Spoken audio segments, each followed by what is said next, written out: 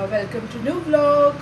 तर आज मी आज बेडशीट चेंज करते. कारण की 5-6 दिवस झाले बेड चेंज केले न बेडशीट चेंज केली नव्हती, तर आता करते. बेडशीट घालून झालेली आहे. आता तो उशाला कवर घालायचे आहेत. तर आता घालते कवर.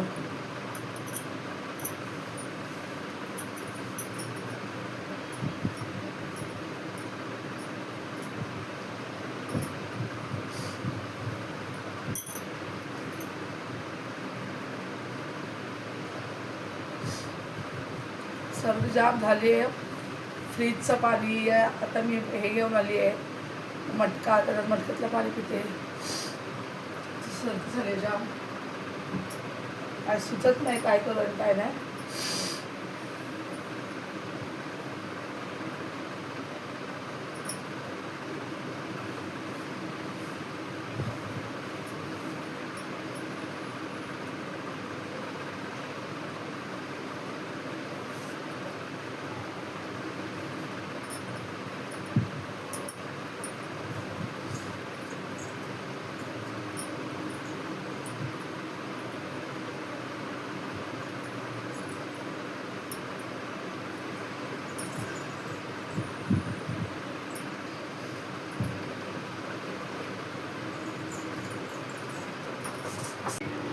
बेडशीट चेंज केले.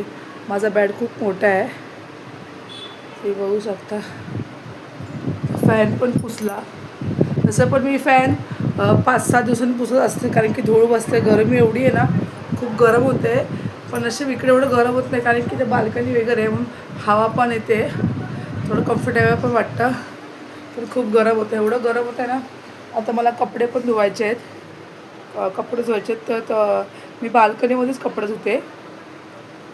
मी ते पाणी पण भरून ठेवते बघा. आता मी कपडे भिजवते आणि आपण आता कपडे धुवून घेऊया. आपण भेटू थोडे. आता मी सगळी डस्टिंग करून घेते फटाफट. ओके ना, खूप धूळ बसते म्हणून मी रोज डस्टिंग करते. कारण की धूळ बसलेली मला जरा पण आवडत नाही, म्हणून आपण आता डस्टिंग करून घेऊया.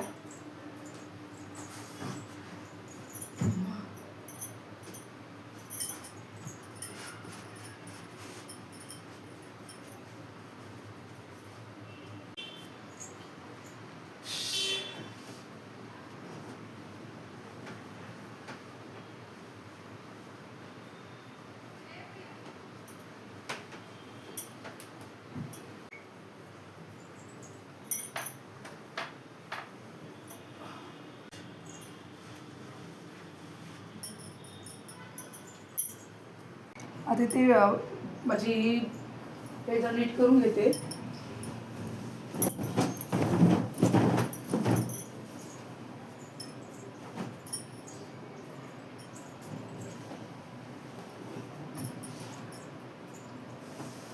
हे आम्ही जुन्या घरामध्ये होतो तेव्हा हे तिकडचा बेड. माझी बेडशीट टाकून तयार झाली, बघू शकता तुम्ही बघा. आत्ता तुम्हाला दाखवते आता माझं घर किती छान असेल. आणि जेव्हा माझा हजबंड येतो ना, जिथून आपण काय घेणार ना तिथे ठेवणार नाही. आता आपण म्हणजे फ्रीजमधून बॉटल घेतली तर परत फ्रीजमध्ये ठेवणार नाही. बसला असेल तिकडेच तो ठेवणार. भांडी घासू.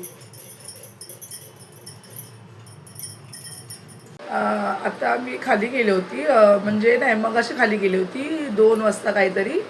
तेव्हा एक लेडी आली होती. मी नव्हती, मी वर होती. वर पण आलेली. पहिला मी तुम्हाला माझ्या मम्मीचं सांगते. माझ्या मम्मीला बोलते की मी डॉक्टर आहे आयुर्वेदिक, तर तुम्हाला काय ॲसिडिटी वगैरे होते का, पोटामध्ये गॅस होतं का, तर तुम्ही एक काम करा, ओवा वगैरे घ्या, पाण्यामध्ये टाका, मग ते पाणी पिया. आणि माझा रुद्र खेळत होता घरी वॉकर, म्हणजे त्या वॉकरमध्ये मम्मीने बसवलं आणि तो आपला एकटाच खेळत होता. तर ती मम्मीशी बोलते आणि बाबूकडे बघते, अशी घरबीर बघते अशी वगैरे. आणि तिच्या गळ्यात ना ID होतं ना काही होतं, फाईल बिल काहीच नव्हतं वगैरे तिच्याकडे. आणि ती माझ्या रुद्राला बोलते की बाबू इकडे ये इकडे. पण माझा रुद्र काय जात नव्हता.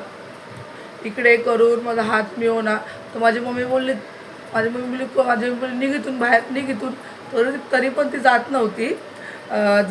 तर माझ्या मम्मीने ना काठी घेतली आणि माझ्या मम्मीला बोलते तुम्ही औषध घ्या, औषध घ्या. तर माझी मम्मी बोलली मला औषध चालू आहे कोण आयुर्वेदिक, तर दाखवा दाखवा दाखवा. ती घरामध्ये येत होती तर माझ्या मम्मीसुद्धा काठी उचलली आणि तिला मारायला गेली. आणि पहिली गोष्ट आमच्याकडून चुकी काय झाली माहिती आहे, आमची आम्ही तिला तिच्या रूममध्ये बंद करून ठेवतो, कारण की असं बेल वाजलं ना की ती लगेच भुकते. कारण बाबू उठतो ना, आणि दुपारी बाबू झोपलेला, तो दुसराच फक्त उठलेला आणि आणि आमचा दरवाजा बंदच असतो दुपारचा. पण गरम होतं तर म्हणून मम्मीने फक्त खोललं, तेवढ्यात ती आली. मग ते झाल्याच्या नंतर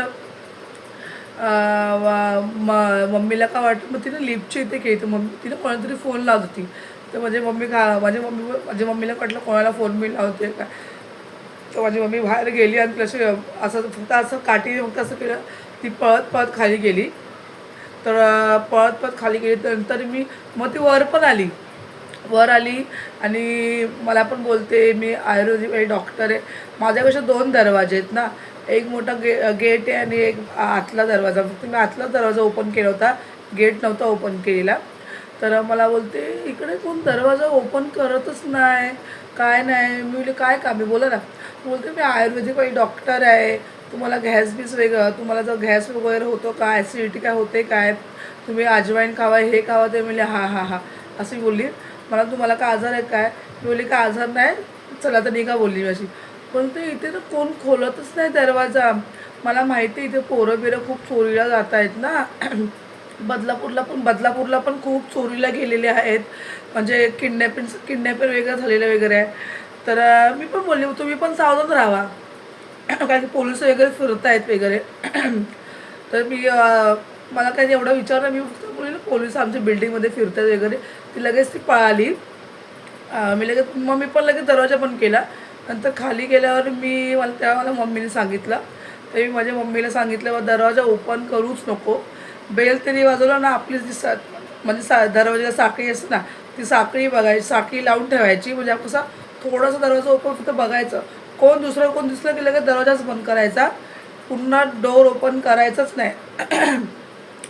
मग मी पण तुम्हाला तेच बोलते, तुम्ही पण तुमच्या पोराची प्लीज काळजी घ्या, कुठे पाठवू नका. शाळेत जावा, तुम्ही स्वतःहून घ्यायला जावा, ट्युशनला पण घ्यायला जावा. खेळत असताना पण तुम्ही त्यांच्यासोबत राहावं, पण कुठल्याही लहान पोराला सोडू नका. शाळेत जात असेल ते तर खूप लक्ष द्या, कारण की खूप होते. आता मी खाली पण गेली होती वॉचमनकडे. तर मी वॉचमॅनला पण बोलली की असं झालं. मग मी वॉचमॅनला विचारलं, वॉचमॅन मला बोलतो मी जेवायला गेलो, मी काही बोललो नाही, काय नाही. आणि ते लोक काय करतात माहिती आहे का, हे आपण जेव्हा आपलं कार बाईक पार्किंगचं वगैरे असं तर लोक तिकडून पाठच्या साईडनी तर लोक येतात. मग त्याच जी लेडी, म्हणजे दोघंजण एक डिविंगमध्ये आणि बिविंगमध्ये गेली, आणि एक जी सुकण्यासारखी इकडे आली होती, ती सेविंगमध्ये आणि एविंगमध्ये गेली. तर तिला सेविंगमध्ये पकडलं वॉचमॅननी, आणि वॉचमॅनने विचारलं तुमची ID कुठे. ती बोलली ID ना खूप घाबरली, आणि पहिलीवाली ती पळूनच गेली पहिलाच, आणि एवढी घाबरली ना ती पण पळून गेली. पण तुम्ही पण लक्ष ठेवा की पहिले तुम्ही चाळीत राहत असेल, बिल्डिंगमध्ये राहत असेल, तुम्ही पूर्ण डोर ओपन करूच नका. अर्धाच डोर ओपन करत होते. आजकाल काय भरोसा काही करू शकत नाही, त्यांच्या हातामध्ये काय असतं, स्प्रे वगैरे काय असतं. तुम्ही खूप काळजी घ्या आणि प्लीज अलर्ट राहा तुम्ही पण, आणि बी सेफ. आजकाल एवढं झालं, कुठे बाहेर जायला पण भीती वाटते. आणि आपल्या पोरांना पण बाबा कुठे बाहेर सोडू नका. कुठेही आजकाल ते पोरं खूप हट्ट झाले की मला गार्डनमध्ये जायचं, इकडे जायचं, तिकडे. प्लीज तुम्ही जावा, पण त्याला एकटं सोडू नका द्या, प्लीज. आणि प्लीज सेफ. पोराला खूप जेवण करते, जेवण बनवूया, आणि ते मला काम पण खूप पडलं आहे. बाबूची तब्येत पण ठीक नाही आहे, त्यासाठी मी फटाफट काम करते. नाश्ता वगैरे झाला करून, गॅस वगैरे पण चालू आहे बघा. तर मी फटाफट आज मी नाश्त्याला घावणे बनवलेले, आणि तर फटाफट काम मी करून घेते. तर आजचा ब्लॉग मी इथेच संपवते. तर तुम्हाला माझा व्हिडिओ आवडला असेल प्लीज लाईक करा, सबस्क्राईब करा, आणि असेच प्लीज